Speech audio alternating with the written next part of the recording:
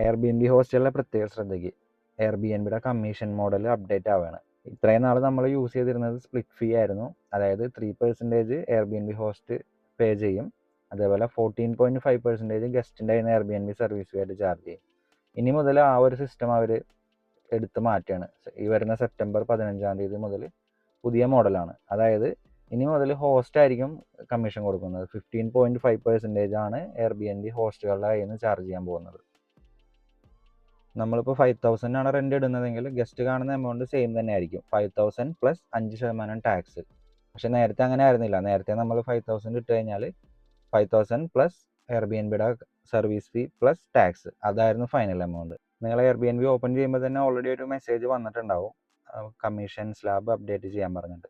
അവരൊരു tool launch ചെയ്തിട്ടുണ്ട്. ആ ടൂൾ വഴി നിങ്ങൾക്ക് ചേഞ്ച് ചെയ്യാം. അതാകുമ്പോൾ എൻ്റെ കലണ്ടർ ആ ടൂൾ തന്നെ റേറ്റ് ചേഞ്ച് ചെയ്തോളൂ. നിങ്ങൾ പ്രത്യേകം ശ്രദ്ധിക്കേണ്ട കാര്യം, നിങ്ങളൊരു കോ ഹോസ്റ്റ് ആണെങ്കിൽ നിങ്ങൾക്ക് ഒരിക്കലും ഈ ഒരു പ്രൈസ് അഡ്ജസ്റ്റ്മെൻറ്റ് ചെയ്യാൻ പറ്റില്ല. പ്രൈമറി അക്കൗണ്ടുകൾക്ക് മാത്രമേ ഈ റേറ്റ് ചേഞ്ച് ചെയ്യാൻ പറ്റുള്ളൂ. ഇതേപോലെയുള്ള vacation home tips and updates അറിയാനായിട്ട് നിങ്ങൾ ദ കേരള ഹോസ്റ്റ് എന്നുള്ള ഈ ചാനൽ നിങ്ങൾ ഫോളോ ചെയ്യുക. പിന്നെ പുതിയൊരു വീഡിയോയിൽ കാണുന്നത് വരെ this is Akhil from Kerala host signing off.